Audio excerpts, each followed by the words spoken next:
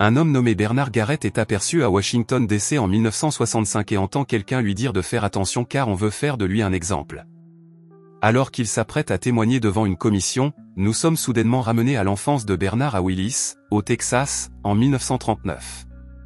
Alors qu'il travaille comme cireur de chaussures devant une banque, il écoute les conversations de ses clients sur la finance et l'investissement immobilier, prenant des notes sur ce qu'il entend. Un jour, alors qu'il écoute une réunion bancaire, un policier le voit et se met à le poursuivre, criant que son père va apprendre qu'il espionne les Blancs. Ce soir-là, le père de Bernard parle à son fils, lui racontant comment les jeunes noirs pouvaient être pendus pour un rien quand il était jeune. En voyant le cahier de finances de Bernard, il dit que c'est un garçon intelligent, mais qu'aucun blanc ne lui permettra de gagner de l'argent. Bernard, cependant, insiste sur le fait qu'un jour, il gagnera beaucoup d'argent. Nous sommes transportés à Los Angeles en 1954, où Bernard arrive en voiture avec sa femme Eunice et son fils Bernard Jr. pour rendre visite à l'oncle de sa femme. L'oncle dit à Bernard que la société aéronautique Northrop embauche des Noirs et qu'il peut y trouver un emploi, mais Bernard refuse poliment en disant qu'il va essayer l'immobilier.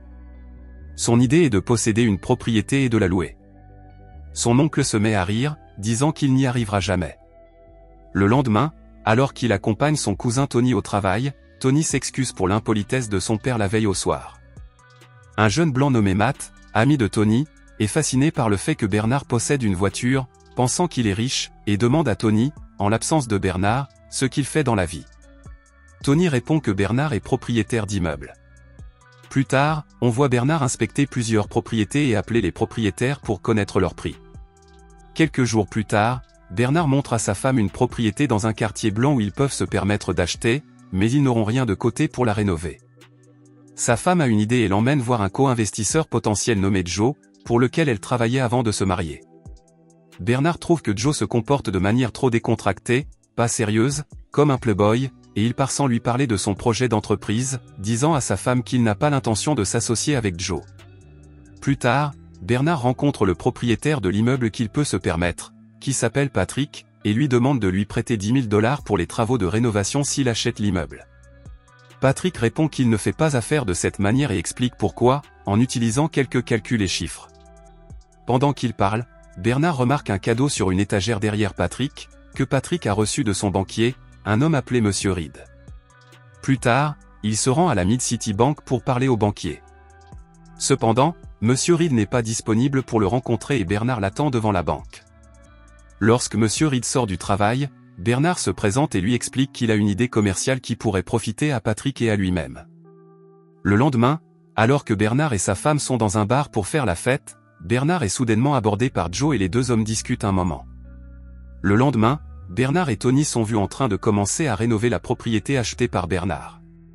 Plus tard, on voit Matt arriver pour aider Tony et lui à rénover, et Bernard lui demande s'il accepterait de travailler pour lui, ce à quoi Matt répond qu'il a toujours travaillé pour d'autres hommes.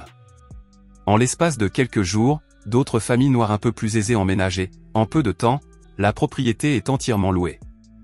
Patrick constate le succès et le talent de Bernard dans l'immobilier et lui propose un partenariat à 50% pour acheter d'autres propriétés à louer. Un jour, Bernard emmène sa femme dans une grande villa et lui demande de quel type de meubles elle a besoin, mais il la surprend immédiatement en lui disant que c'est leur nouvelle maison, et elle est ravie. Quelques mois plus tard, Patrick est retrouvé mort dans son lit un matin. Au cours d'une négociation, quelque temps plus tard, la femme de Patrick offre à Bernard 25% de tous les immeubles que lui et Patrick ont achetés ensemble.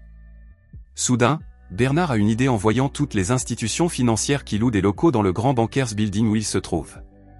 Il va parler à Joe, dont il sait qu'il est propriétaire de 18 immeubles en location, et lui propose de créer une coentreprise. De cette façon, les 12 banques qui louent des locaux devront y réfléchir à 2 fois avant de leur refuser des prêts à l'avenir. Joe rit et trouve cela très audacieux, mais se demande comment ils peuvent vouloir leur vendre leur propriété, étant donné qu'ils sont noirs. Ils invitent ensuite Matt et lui demandent d'être la figure de proue de leur entreprise commerciale. Matt répond qu'il ne connaît rien aux affaires et qu'il est sceptique, même si les deux hommes lui proposent de lui apprendre tout ce qu'ils peuvent. Joe lui dit de se présenter au terrain de golf à 6 h le lendemain matin. Pour faire bonne impression sur le propriétaire de la banque, Matt doit apprendre à jouer au golf et Joe lui apprend. Dans le même temps, Bernard rencontre Donald, l'ancien banquier de confiance de Joe, qui est prêt à leur prêter jusqu'à $2 millions pour acheter la propriété de la banque. On voit ensuite Bernard enseigner à Matt les calculs immobiliers. Au cours des semaines suivantes, on voit Matt se débattre, passer de zéro à quelque chose et s'améliorer lentement au golf et en mathématiques.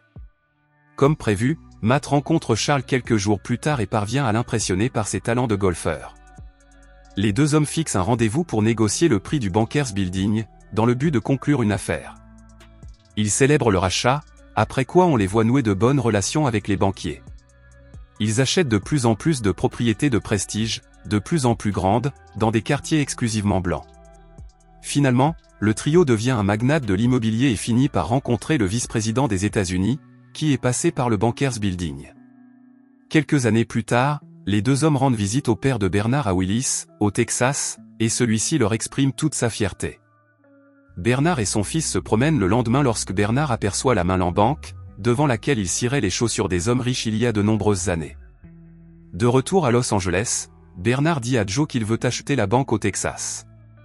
Joe lui répond que la gestion d'une banque est très complexe et ne relève pas de leurs compétences, d'autant plus qu'elle se trouve au Texas, où les Noirs sont encore plus opposés à la gestion d'entreprise. Bernard est cependant convaincu qu'ils peuvent l'acheter comme ils l'ont fait avec le Bankers Building, en utilisant Matt comme couverture.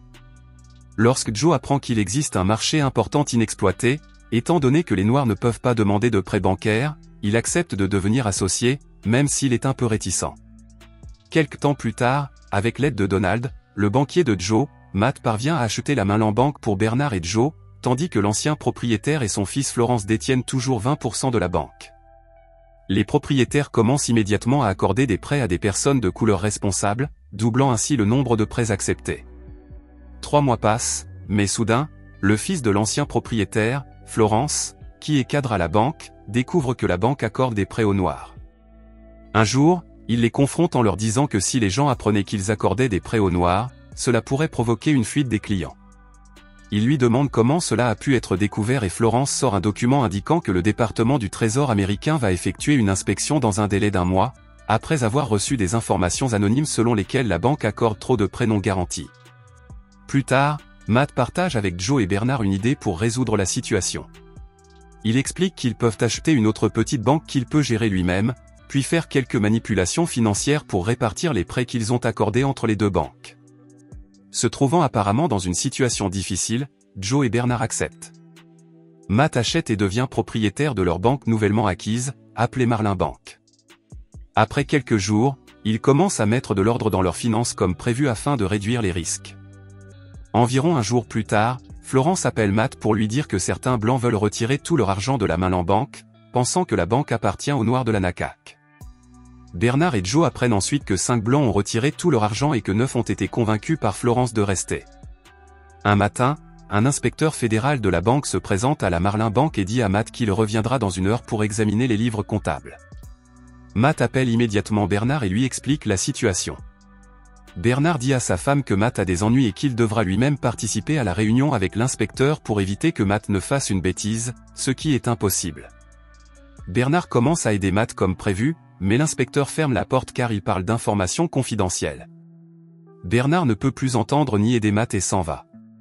Matt commence à avoir des ennuis et s'excuse pour vérifier certains dossiers, puis il sort pour aller demander de l'aide à Joe, Bernard et Eunice. Il lui donne quelques conseils, mais sans succès, car l'inspecteur trouve plusieurs prêts irrécouvrables dans leurs livres comptables. Par la suite, le trio discute et Joe et Bernard devront mettre $300 000 de leur poche pour couvrir les prêts irrécouvrables de la banque. Matt se sent coupable d'avoir fait perdre $300 000 à Joe et Bernard. Quelques jours plus tard, Joe reçoit un appel de son avocat Donald, qui lui annonce que la Mainland Bank a racheté $300 000 de créances irrécouvrables à la Marlin Bank. Joe est bouleversé par cette nouvelle et se rend rapidement à la Mainland Bank avec Bernard. Il se précipite à l'intérieur et demande avec colère à Matt ce qu'il fait, car l'achat de créances irrécouvrables est une fraude. Mais au même moment, des agents fédéraux arrivent et annoncent que le département du Trésor a révoqué la licence bancaire de la Mainland. Ils licencient Matt, disent aux personnes présentes dans la banque qu'elle est fermée jusqu'à nouvel ordre et ordonnent à tout le monde de partir. Dès qu'ils sortent, le FBI arrête Joe et Bernard. Quelque temps plus tard, à Washington, un avocat informe Joe et Bernard que les accusations bancaires portées contre eux par l'État ont été retirées, mais que les accusations fédérales sont toujours en vigueur.